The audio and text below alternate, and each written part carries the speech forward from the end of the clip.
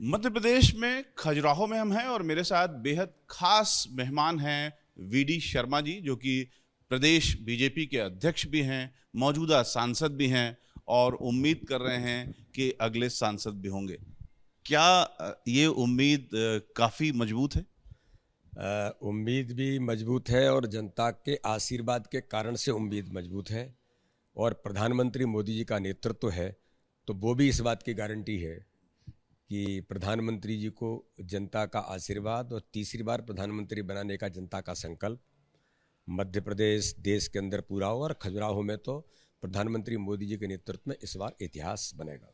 तो मंत्री बनने के लिए 2 बार का सांसद पर्याप्त होता है या और ज्यादा जरूरी होता है? रवि जी, मैं तो ये मानता हूँ कि हम एक कैडर बेस ऑर्गेनाइजेशन के कार्यकर्ता हैं और कार्यकर्ता होने के नाते से हमें जो काम और जो जिम्मेदारी हमारा नेतृत्व देता है उसको बखूबी कैसे करना, यही मात्र हम सोचते हैं। हम क्या बनेंगे नहीं बनेंगे ये न बीजेपी में कार्यकर्ता कभी खुद के बारे में सोचता है और न कभी इस प्रकार की प्रयास हम लोग करते हैं। जो नेतृत्व जिम्मेदारी देता है उस जिम्मेदारी पर काम करते हैं और इसी भाव में हम सब इस काम में लगे हैं। कुछ थोड़ा सा अपने बारे में बताइए, शुरू से लेकर अभी तक की जो जीवन यात्रा है उसमें बहुत संक्षेप में अगर कहें तो खट्टे मीठे पल जो थे, संघर्ष के हों या घरेलू हों। और बिगन जी देखिए, मैं एक सामान्य परिवार का एक किसान का बेटा हूँ।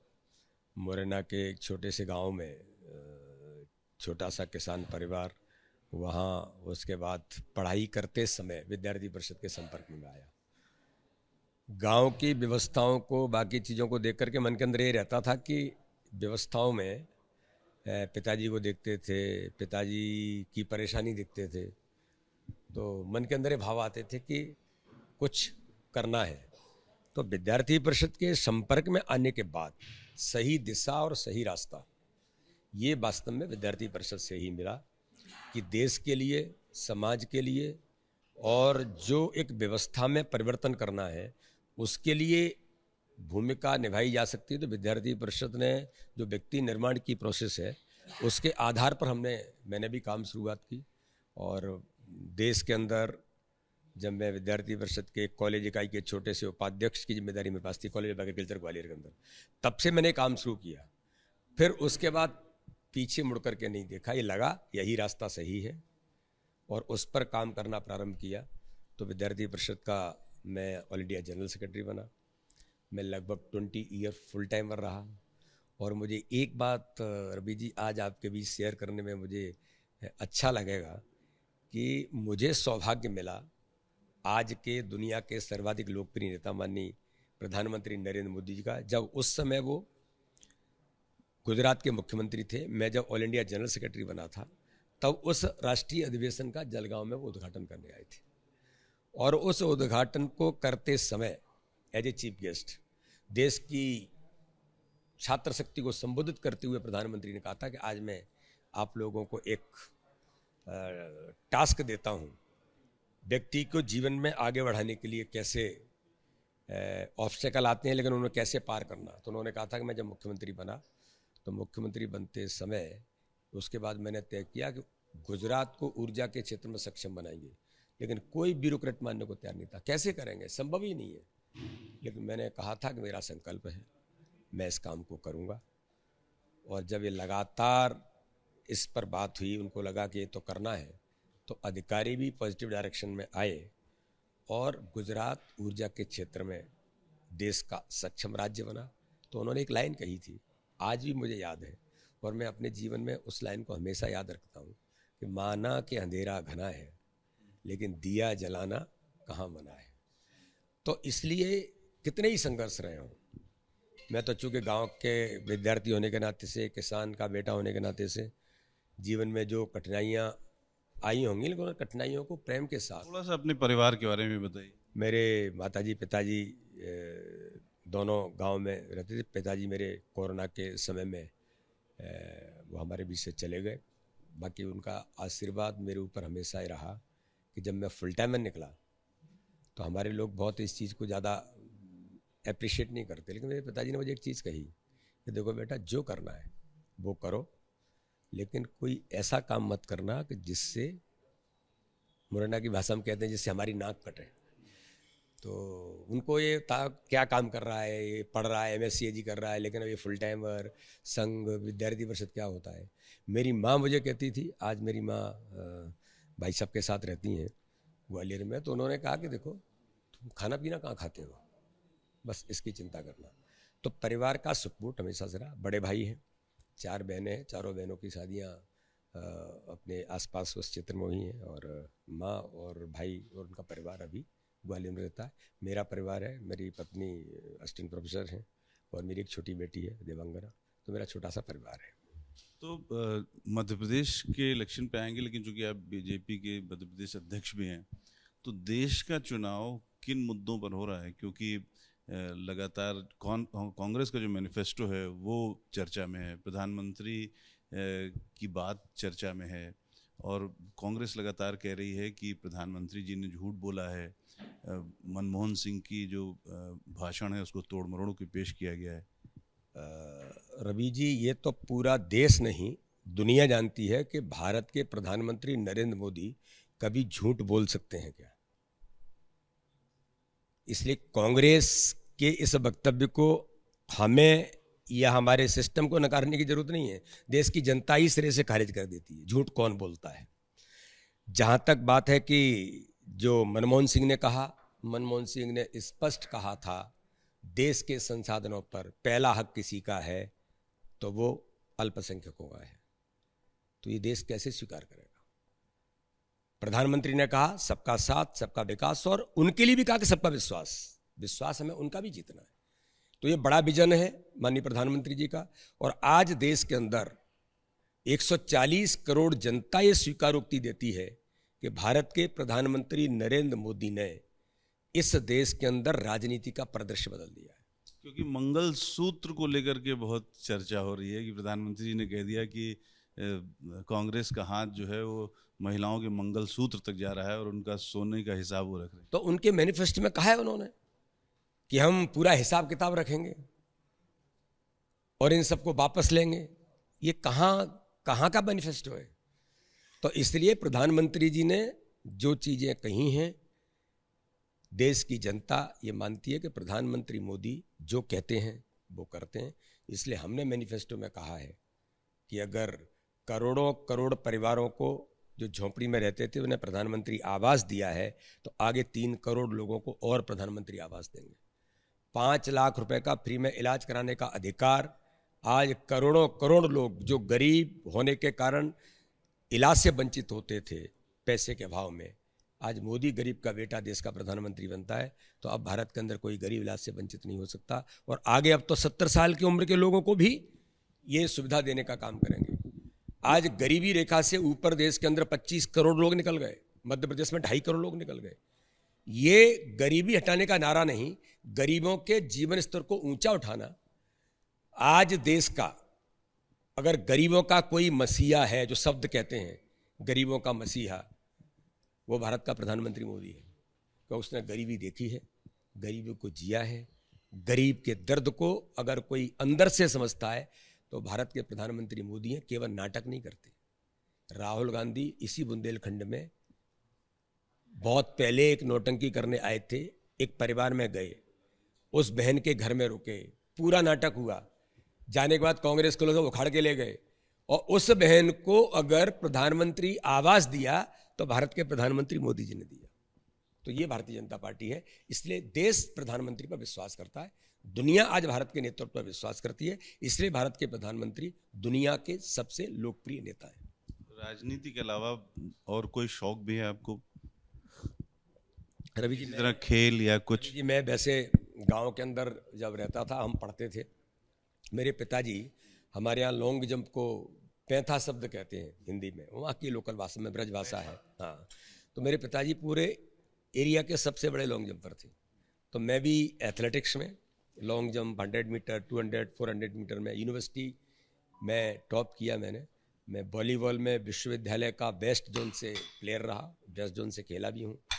तो ये खेल में भी शौक थे। एनसीसी में मैं C सर्टिफिकेट मैंने किया है, NSS में मैं नेशनल गया हूँ। तो कॉलेज के अंदर इस प्रकार की अदर करिकुलर एक्टिविटी में भी मैं बहुत उस समय सक्रिय रहा, और उसी का परिणाम है कि विद्यार्थी परिषद के संपर्क में आया, और विद्यार्थी परिषद के संपर्क में आने के साथ देश के लिए, समाज के लिए हमारी कुछ भूमिका बन सकती है, तो उस दिशा में सक्रिय हो गए। मैंने कभी ये नहीं सोचा था कि मैं प्रत्यक्ष राजनीति कभी करूँगा। ये मैं आपको आज कहना चाहता हूँ कि हकीकत में चूँकि एक प्रचारक के नाते से, संगठन मंत्री के नाते से लंबे समय से काम कर रहा था, तो इसी भूमिका में मैं रहूँगा। लेकिन नानाजी देशमुख चित्रकूट के अंदर, जिन्होंने, जो इस भारत की भारत रत्न इतनी बड़ी शख्सियत है, उन्होंने मुझे कभी इस दिशा में पूछा था कि आगे क्या करोगे। विद्यार्थी परिषद के लोग पॉलिटिक्स करते हैं, तो मैंने कहा नानाजी वैसे तो ऐसा नहीं है, लेकिन अगर करना होगा कि ये भी कर सकते हैं तो मैं इस दिशा में भी जा सकता हूँ। तो मध्य प्रदेश पर थोड़ी बात कर लेते हैं। मध्य प्रदेश के को लेकर के आपका विजन क्या है? एक चुनाव लड़ेंगे, जीतेंगे तो चलता रहेगा, लेकिन मध्य प्रदेश को लेकर के आपका विजन क्या है? रवि जी, मध्य प्रदेश जो किसी समय में 2003 में जब कांग्रेस का शासन था, मिस्टर दिग्विजय सिंह जो बंटा ढार के नाम से पहचाने गए, उन्होंने मध्य प्रदेश में दुरावस्था का दौर लेकर के आए थे। भारतीय जनता पार्टी की सरकार बनी, बीमारू राज्य से विकसित राज्य बना। 18 साल हमारे मुख्यमंत्री शिवराज जी रहे, उमा जी रहीं, बाबूलाल गौर रहे, अब आज डॉक्टर मोहन यादव है। मध्य प्रदेश के अंदर मैं ऐसा मानता हूँ, हृदय, देश का हृदय होने के साथ आज मध्य प्रदेश सुरक्षित मध्य प्रदेश है। इसलिए मध्य प्रदेश में देश भर के, दुनिया भर के उद्योगपति जो इन्वेस्ट करना चाहते हैं, ऐसे लोगों का भी बड़ा इंटरेस्ट है कि जहाँ पर संसाधन है, जहाँ पर करप्शन से लेकर के और भी कई मुद्दों पर जीरो टॉलरेंस पर काम होना शुरू हुआ है, और तत्काल किसी के भी कोई काम की आवश्यकता है तो वो काम तत्काल प्रशासनिक क्षेत्र में हो जाए। तो औद्योगिक क्षेत्र में मध्य प्रदेश एक अच्छा राज्य इस दिशा में प्रगति भी कर रहा है, और इसको और आगे करने की ज़रूरत है। शिक्षा के क्षेत्र में मध्य प्रदेश एजुकेशन का हब बनने की तैयारी में है, प्रयास भी चल रहे हैं। यहाँ बड़े बड़े संस्थान आ रहे हैं क्योंकि उनको लगता है कि मध्य प्रदेश देश का हृदय है, तो यहाँ देश भर के विद्यार्थी आते भी हैं, और इस दिशा में भी एक अच्छा विजन बनेगा। दूसरा, मध्य प्रदेश कृषि के क्षेत्र में भारत के अंदर एग्रीकल्चर ग्रोथ 21% तक पहुँचना, ये माइलस्टोन था, और मध्य प्रदेश का एग्रीकल्चर ग्रोथ, जो मध्य प्रदेश में 7 लाख हेक्टेयर सिंचाई होती थी, आज लगभग 45 लाख हेक्टेयर सिंचाई होती है। आप जहाँ पर बैठे हैं, माननीय प्रधानमंत्री का विजन है, अटल जी का सपना था, कैन बेतवा लिंक परियोजना, 44,605 करोड़ की जो परियोजना प्रधानमंत्री जी ने बजट में सैंक्शन करके टेंडर हो गए, वो काम शुरू हो रहा है। 10 लाख हेक्टेयर से ऊपर सिंचाई इस क्षेत्र में होगी। ये बुंदेलखंड हरा भरा भी होगा, समृद्धशाली भी होगा। तो मेरे कहने का आशय है कि मध्य प्रदेश के अंदर एग्रो बेस्ड इंडस्ट्रीज भी और एग्रीकल्चर के बाकी इंफ्रास्ट्रक्चर को बढ़ाने की जो ज़रूरत है, इस दिशा में मध्य प्रदेश व्यापक काम कर रहा है, और काम की ज़रूरत है। हमने अपनी पॉलिसी के अंदर लिया है, और टूरिज्म का भी मध्य प्रदेश बड़ा केंद्र है। ये बर्ड हेरिटेज जहाँ बैठे हैं, यहाँ नेचुरल फॉरेस्ट बड़ी संख्या में, टाइगर रिजर्व है, और मध्य प्रदेश के अंदर टूरिज्म को लेकर के बड़ी संभावना है। और यहाँ जो टूरिस्ट आता है उससे मध्य प्रदेश में आकर के ही मुझे पता लगा कि ये इतना ज़्यादा खूबसूरत है। बहुत सुंदर मध्य प्रदेश है। और मध्य प्रदेश के आप और अंदर जब जाएंगे, अभी तो आप, मुझे लगता है केवल खजुराहो के सिटी के अंदर है, जब आप नेचुरल फॉरेस्ट के अंदर जाएंगे और टाइगर रिजर्व जब देखेंगे, और मैं तो आपसे अनुरोध करूंगा आप एक बार होकर के आइए। हम गए, कान्हा गए, आप यहाँ भी जाएंगे तो लगभग 88-90 टाइगर्स हैं यहाँ, और अच्छी साइटिंग होती है। तो इस दिशा में जीरो पॉल्यूशन है। भारत के अंदर बड़े शहरों में पॉल्यूशन की एक बड़ी समस्या होती है, लेकिन ये क्षेत्र जीरो पॉल्यूशन का है, तो लोग अच्छी हवा लेने के लिए भी आते हैं। तो ये क्षेत्र तो लगातार प्रगति कर रहा है। यहाँ पर वंदे भारत भी आई है, वर्ल्ड क्लास का स्टेशन बन रहा है, एयरपोर्ट है, और आगामी समय में योगा का बड़ा केंद्र बनने की संभावना खजुराहो है। इसके लिए मैंने भी प्रयास किए। तो मैं ऐसा मानता हूँ मध्य प्रदेश टूरिज्म के क्षेत्र में भी एक अच्छा प्रयास कर सकते हैं, जिस पर हम काम कर रहे हैं। चूँकि आपको जाना भी है, अंतिम प्रश्न, एक आम वोटर जो बीजेपी का पारंपरिक वोटर नहीं है, उसको आप क्या कह रहे हैं, क्यों वो आपको वोट दे, बीजेपी को वोट? इसके बारे में तो मुझे ऐसा लगता है कि देश के अंदर जो वातावरण बना है कि प्रधानमंत्री नरेंद्र मोदी भारतीय जनता पार्टी के वो कार्यकर्ता हैं, लेकिन उनके वर्किंग सिस्टम ने, उनकी कार्य प्रणाली ने देश के अंदर प्रधानमंत्री मोदी जी को दलगत राजनीति से ऊपर उठा दिया है, जो मैं मानता हूं। प्रधानमंत्री एबव द पॉलिटिक्स हो गए आज। देश का जनमानस जो भारतीय जनता पार्टी से नहीं जुड़ा है, जो पॉलिटिक्स से भी नहीं जुड़ा है, इंडिपेंडेंट है, उन्हें अपना जीवन का काम करना है और अच्छा काम कर रहे हैं लोग, उन लोगों की पसंद कोई है तो भारत के प्रधानमंत्री मोदी है। यही भाजपा की ताकत है, यही प्रधानमंत्री जी की ताकत है। और दुनिया के लोग भी प्रधानमंत्री का समर्थन क्यों कर रहे हैं? दुनिया का कोई राष्ट्र का अध्यक्ष ये कहे कि मोदी जी आपके साथ सेल्फी लेना है, आपके साथ सेल्फी लेने से मेरे देश में भी मुझे इसका लाभ मिलेगा, ये सामान्य घटना नहीं है। अपने प्रतिद्वंदी के लिए भी कुछ कहना चाहेंगे आरबी प्रजापति? अब मेरे यहाँ तो कोई प्रतिद्वंदी ऐसा है नहीं जिनका नाम आप ले रहे हैं, जिनको इंडी गठबंधन ने पता नहीं कहाँ से खोज करके ढूंढ करके निकाला है। पर मैं कभी किसी प्रतिद्वंदी को हम कमजोर नहीं मानते। माननीय प्रधानमंत्री जी का हमें पाथे है कोई भी चुनाव गंभीरता से लड़ना और बूथ पर लड़ना।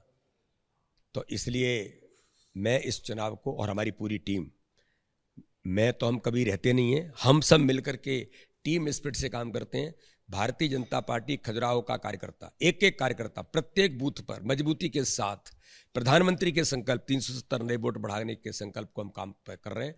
2293 में से पिछली बार 173 हारे थे, इस बार वो भी जीतेंगे और 4,93,000 की उस समय जीती हुई थी।